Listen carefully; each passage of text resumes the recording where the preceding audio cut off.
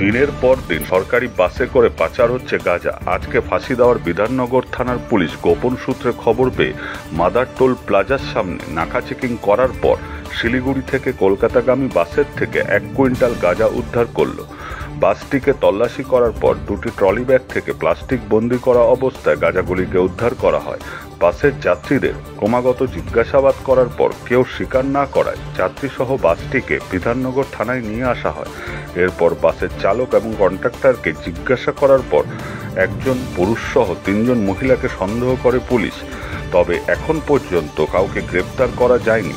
ঘটনার তদন্ত করছে পুলিশ এবং গাঁজাগুলি কোথার থেকে কোথায় যাচ্ছিল সেটাও তদন্ত করছে পুলিশ। গাঁজাগুলির আনুমানিক বাজার মূল্য 2 লক্ষ টাকা।